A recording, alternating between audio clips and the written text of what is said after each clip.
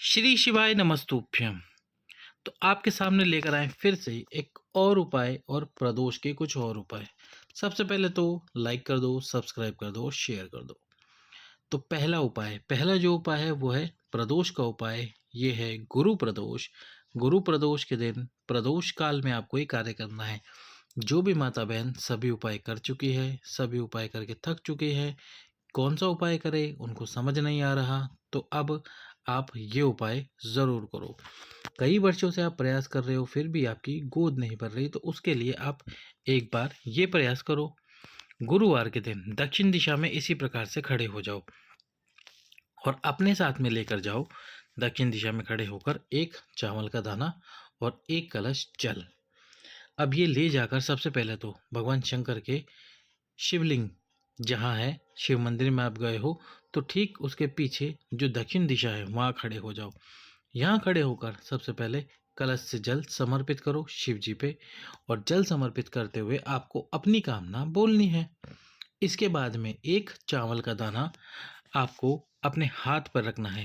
जो भी आपके मन की बात है, जो भी आपके मन की कामना है कि आपको मनवांछित संतान कौन सी चाहिए और मनवांछित संतान में क्या चाहिए, अपनी मनवांछित संतान की कामना करके, अपनी कामना करके वो एक चावल का दाना माता अशोक सुंदरी के स्थान पर समर्पित कर दीजिए प्रदोष के दिन, प्रदोष काल में। और बाबा से कामना कीजिए कि आपकी गोद भगवान शंकर शीघ्र अतिशीघ्र भरे। इस प्रकार से प्रदोष के दिन प्रदोष काल में कीजिए एक चावल के दाने वाला ये विशेष उपाय प्रार्थना करते हुए। दूसरा जो उपाय है वो भी है भगवान शंकर के शिवलिंग और माता अशोक सुंदरी का उपाय। प्रदोष के दिन प्रदोष काल में किया जाने वाला विशेष उपाय। क्या करना है, इसमें आपको एक कलश लेना है जिसमें जल भर लेना है। इसके ऊपर एक और कलश रखना है छोटा सा। अब यदि आपके पास में एक कलश है और एक छोटा कलश है तो वो इसके ऊपर रख दीजिए। वो नहीं है तो फिर आप कोई छोटी कटोरी इसके ऊपर रख दीजिए। वो भी नहीं है तो कोई छोटा सा गिलास इसके ऊपर रख दीजिए। इसके अंदर आपको क्या डालना है, इसके अंदर आपको डालना है दूध, कच्चा दूध, और वो भी किसका, गाय का कच्चा दूध डाल दीजिए। अब इस कलश के ऊपर ये दूसरा कलश या फिर जो आपने गिलास लिया है, कटोरी ली, कुछ भी लिया है, वो ले लीजिए और आपके घर से बाहर आइए भगवान शंकर के मंदिर में जाने के लिए। अब सबसे पहले तो भगवान शंकर के मंदिर पे खड़े हो जाइए, मंदिर की चौखट पर खड़े हो जाइए। मंदिर में प्रवेश मत कीजिए, पहले यहीं खड़े होइए। यहाँ खड़े होकर तुमरुकेश्वर महादेव का नाम लीजिए 11 बार। अब तुमरुकेश्वर महादेव का नाम लेकर कामना कर कर जो भी आपके मन की कामना है उस कामना को बोलिए। इसके बाद में भगवान शंकर के मंदिर में प्रवेश कीजिए और मंदिर में प्रवेश करते ही सीधे चले जाइए दक्षिण दिशा में। इस प्रकार से सीधे दक्षिण दिशा में चले जाइए। दक्षिण दिशा में खड़े होकर जो कलश के ऊपर कटोरी, पात्र या कलश जो भी आपने लिया है जिसमें कच्चा दूध है, उस दूध को तुमरुका जी का नाम लेकर माता अशोक सुंदरी वाले स्थान पर समर्पित कर दो आपकी कामना बोलकर। और उसके बाद में जो भगवान शंकर का शिवलिंग है उसके ऊपर जो कलश आप जिसमें आप जल लेकर आए हो उस कलश से जल समर्पित करो। अपनी कामना बोलो, भगवान शंकर से प्रार्थना करो। ये उपाय आपको लगातार 5 प्रदोष या 6 प्रदोष करना है संतान प्राप्ति, वंश की वृद्धि के लिए। प्रदोष काल में जाना है, प्रदोष के दिन दूध और जल लेकर और प्रार्थना करते हुए वो समर्पित करना है शिव जी पर और माता अशोक सुंदरी पर। बस इतना सा कार्य करना है। जो जल शिवलिंग से नीचे गिर रहा होगा उस जल को किसी पात्र में झेल लेना और पति और पत्नी उस जल को पीना, यानी उस जल का सेवन करना। अब अगला जो उपाय है वो है विशेष मनोकामना से संबंधित उपाय, त्रिजलेश्वर महादेव का उपाय। किसका उपाय, त्रिजलेश्वर महादेव। इसमें आपको क्या करना है, 3 कलश जल लेना है। अब आपके पास में 3 कलश ना हो तो एक ही कलश से 3 बार समर्पित करना। और लेने हैं आपको 3 धान। धान यानी कि जो खाने वाला धान आता है जिसमें गेहूं हो, चना हो, जो हो। इसके अलावा भी आप कुछ और ले सकते हैं, गेहूं, मक्का, बाजरा। ये 3 भी आप ले सकते हैं, जो आपको मिल जाए वो ले लीजिए। और इनका केवल एक एक दाना लेना है। क्या लेना है, एक एक दाना। 3 फूल लेने हैं, 3 पुष्प ले लेने हैं, और ये तीनों पुष्प भी अलग अलग हो, एक जैसे ना हो, 3 अलग अलग पुष्प ले लेने हैं। अब क्या करना है, सबसे पहले तो भगवान शंकर के मंदिर में जाकर दक्षिण दिशा में खड़े होकर त्रिजलेश्वर महादेव का नाम लेना है। किसका नाम लेना है? त्रिजलेश्वर महादेव। त्रिजलेश्वर महादेव का नाम लेकर दोनों हाथों से उस कलश को पकड़कर एक एक कलश को समर्पित कीजिए। यदि 3 कलश है तो एक एक बार जल समर्पित करें, और यदि 3 कलश नहीं है, एक ही कलश है, तो एक ही कलश से 3 बार जल समर्पित करें अपनी कामना बोलते हुए।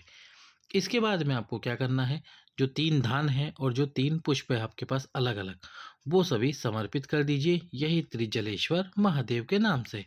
अब क्या करना है, इसके बाद में अब आप इसमें से एक धान, कोई सा भी गेहूँ, जौ, चना जो भी आपने लिया है उसमें से एक धान और एक पुष्प को उठाकर अपने पास ले आइए।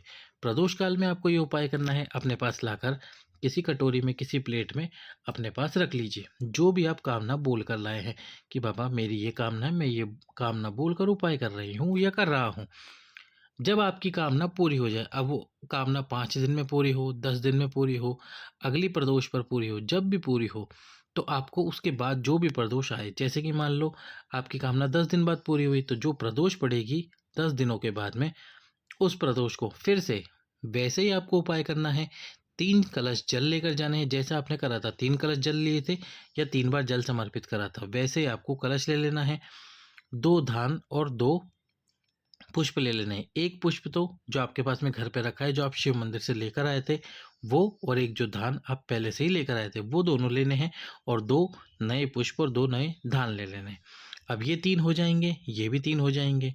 सबसे पहले वैसे ही शिव मंदिर में जाकर आपकी कामना पूरी हुई, बाबा को धन्यवाद करके जल समर्पित करो त्रिजलेश्वर महादेव के नाम से, और उसके बाद ये तीनों यानी कि 2 पुष्प नए और 1 पुष्प पुराना, वो और वो जो धान है आपके पास, वो सभी समर्पित कर दो शिव जी पे त्रिजलेश्वर महादेव का नाम लेकर, और अपनी कामना बोलो। इस प्रकार से प्रदोष काल में आपको ये उपाय करना है गुरुवार की प्रदोष के दिन। अब चलते हैं हमारे अगले उपाय की तरफ। अगला जो उपाय जो गुरुजी ने बताया, धन से संबंधित उपाय, यानी कि आप धन कमाने के लिए बहुत मेहनत कर रहे हो, पर उतना धन आपको नहीं मिल रहा, किसी भी रीज़न की वजह से, किसी भी कारण की वजह से। अब क्या करना है, कर्ज बढ़ रहा है, तो फिर आप प्रदोष का एक नियम ले लो। क्या करो, प्रदोष का नियम ले लो। क्या करना है आपको इसमें, सबसे पहले तो प्रत्येक प्रदोष पर 1 कमलगट्टा, 2 कमलगट्टे, 3 कमलगट्टे, जितने आप लेके जाना चाहे विषम संख्या में लेकर जाना। 1, 3, 5, 7, 11, जितने आप लेके जाना चाहे लेकर जाओ, और प्रत्येक प्रदोष को उतने ही कमलगट्टे लेकर जाओ, शिव जी पर समर्पित करो। जितने कमलगट्टे आप लेकर गए हो प्रदोष के दिन, उतने कमलगट्टे हर प्रदोष को लेकर जाओ। 1 साल तक प्रयास करो कि 24 के 24 प्रदोष पर आप उतने ही कमलगट्टे समर्पित करो जितने आप पहले दिन लेकर गए हो। हर एक प्रदोष पर जाओ, कुबेर भंडारी का स्मरण करो, बाबा से प्रार्थना करो, और 1 कमलगट्टा या 2 कमलगट्टे जितने आप लेके गए समर्पित कर दो। फिर अगली प्रदोष पे जाओ, फिर अगली प्रदोष पे जाओ। बस कुछ नहीं करना, प्रदोष काल में जाना, मेहनत लगातार करते रहना, और बाबा पे विश्वास रखकर उपाय करना।